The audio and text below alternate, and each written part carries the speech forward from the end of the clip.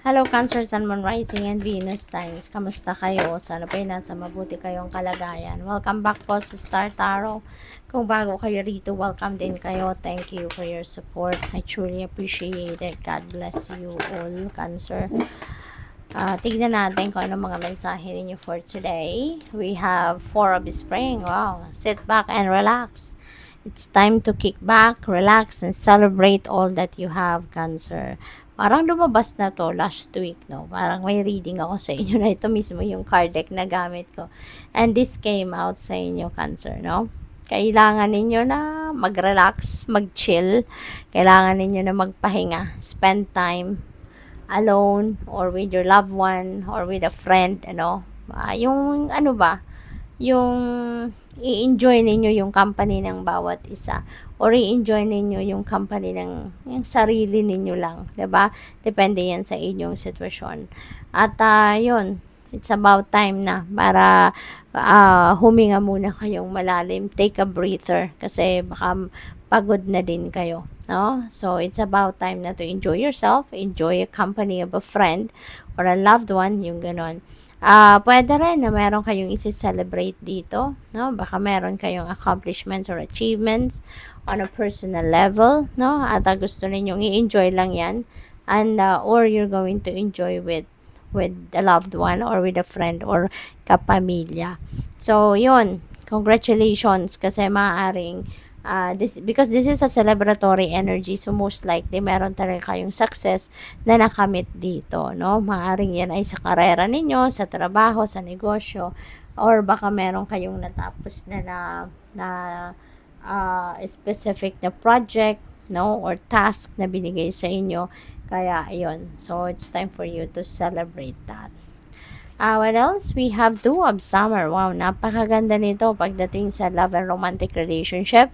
Baka kayo ay magkakaroon ng pagkakataon na ma-in love ngayon, no? This is a time for falling in love. Kasi, baka ang iba sa inyo single pa, no? Baka kayo ay single pa, wala pa kayong jowa. Kaya, maaaring sa ngayon, baka makilala nyo na yung inyong magiging jowa. Baka sa ngayon, makikilala mo na yung inyong future, no, na maging asawa, maging boyfriend or girlfriend. And if you are already in a current relationship, baka ngayon, mas malalim ngayon yung inyong pagsasamahan, ano, yung inyong relationship, mas lalo sigurong lalalim ang pag-iibigan ng iba sa inyo. At kung meron din kayong hindi pagkakaintindihan, baka merong pag-aaway, diskusyon, may hindi kayo agrihan, ano, na magjowa, mag-asawa, in the past. Ngayon, maaaring unti-unti makakapag-usap na kayo at maayos ninyo ito. Now, you are going to give yourselves an opportunity to reconcile kung talaga nagkaaway ng bongga at magsimulang muli, no, ng inyong relasyon. What else? We have Prince of Spring. Ayan. So, meron ditong opportunity, na dadating sa inyo. Pwedeng related yan sa trabaho, pwedeng relationship, pwedeng negosyo. It could be anything, but you need to look into this opportunity right away. Hindi ninyo ito pwedeng ipamamaya-maya na or ipagpapabukas pa, no? Kaya you really need to pay attention or give your attention to this at tignan ninyo agad before it slips away from you. Okay? So kailangan ninyong pag nakita ninyo, nalaman ninyo yung opportunity na to, bigyan ninyo agad ng attention ito. Look into it right away before it slips away from you. Okay?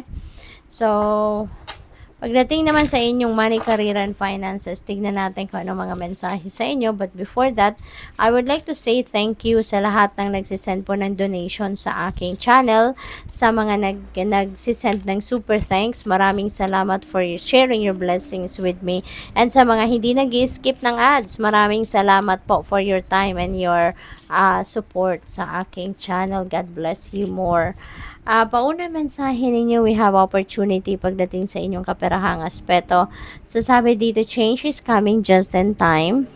dahil merong mga bagong oportunidad sa trabaho, maaari din na merong pagbabago, no, sa opisina, sa workplace ninyo, or po pwede rin na merong mga business trip na gagawin ng iba sa inyo, no? So, baka ipapadala kayo sa ibang bansa, ipapadala kayo ng opisina ninyo sa ibang parte ng Pilipinas, at ikaw yung makikipag-transaction, pwedeng ganon in behalf of your company. So, pwedeng ganon ang ganap dito. So, yun, maraming pagbabago, no, ang pwedeng mangyari pagdating sa inyong trabaho. So, what else? We have authority. Yan, baka ma-promote ang iba sa inyo, Cancer, into a position of authority. Baka kayo ay, you're going to take a role of a leader. And sabi dito, everyone will respect you. So, be self-confident. No? Importante na maging confident kayo about yourself, about your capabilities. Kasi unang-una, hindi kayo ilalagay, no, ng inyong employer or ng inyong big boss sa managerial position na yan if you don't have the potential.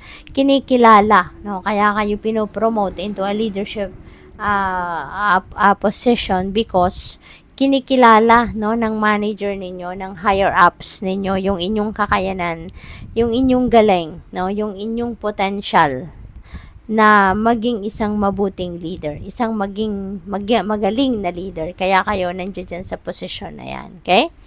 So, congrats. Winning? Wow. Don't spend everything at once kasi baka maging one day millionaire lang kayo, no? Sabi dito, sooner or later, luck comes to everyone. Wow. So, lahat sa inyo, Cancer, at some point in your life, no? Sooner or later, talagang siswertehin kayo. Dadating ang swerte sa inyo at mananalo kayo dito sa mga game of chance.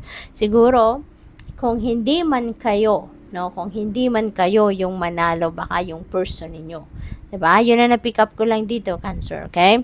Kaya kung kayo ay talagang tumataya, hindi ko man kayo ini-encourage, pero kung kayo ay tumataya talaga, no? Sa mga game of chance, kunyari sa loto, ganon, or bumibili kayo ng mga raffle tickets, something like that, sa mga raffle draws, you know, kung ano man ang tinatayaan ninyo, no? Baka, yun nga, sooner or later, baka dalawin na kayo ng swerte at manalo kayo. At kung hindi man kayo, yung person ninyo.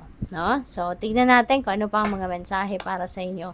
Pagdating naman sa inyong love life, love and romantic relationships, family, ganon.